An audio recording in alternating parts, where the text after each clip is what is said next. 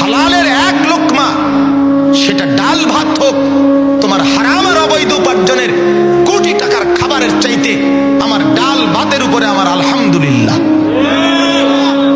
তোমার অবৈধ উপার্জনের উপর আমার থুতু থুতু মারি আমি, হারামের রোজগারের উপর।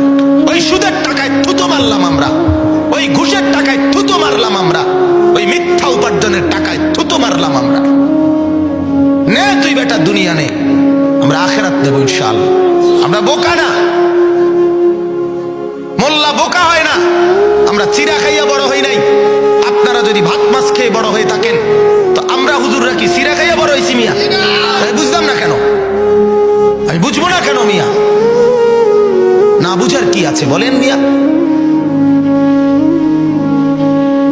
জিন্দেগির রং নাই, মুসলমানের আখলাক নাই।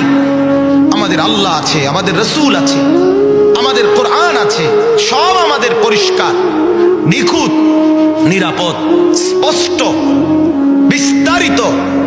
আমরা কেন অন্যের ধার ধারব? বলেন বাস, রাগ হইয়েন না, আমারে মনে কষ্ট নিয়েন না, মনে কষ্ট নিয়েন। কারো গায়ে লাগলে মাফ করেন, আর হারাম খোরের গায়ে লাগলে আমার অসুবিধা নাই। এদের ফিডে লাগুক নাহলে আড্ডিত লাগুক, আমার সমস্যা কি? কথা বলেন।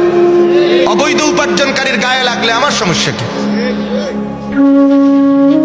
আমার তো সমস্যা। এই জন্য বাপ ফিকির করাছে, ও আমিলা ফি সুন্নাতিন, মাথার চুল থেকে পায়ের নখ পর্যন্ত জিন্দেগির প্রতিটা কদম কদম রাসূলুল্লাহ সাল্লাল্লাহু আলাইহি সাল্লামের সুন্নাত আছে, আছে কিনা বলেন? অতএব আমি কেন অন্যের মতো সাজব? কেন? আমি মুসলমান, আমার আত্মপরিচয় আছে, আমি ইমানদারের সন্তান, আমার বাপও ইমানদার, আমার প্রথম বাবা আদম তিনিও ইমানদার, আমার বাবা ইব্রাহিম তিনিও ইমানদার, আমার রসুল মুহাম্মদ তিনিও ইমানদার। অতএব দয়া করে আমরা প্রত্যেকেই ভাবতে শিখি, ওয়া আমিলা ফি সুন্নাতিন, জীবন যেন হয় সুন্নাতের আলোকে। কিসের আলোকে বলেন?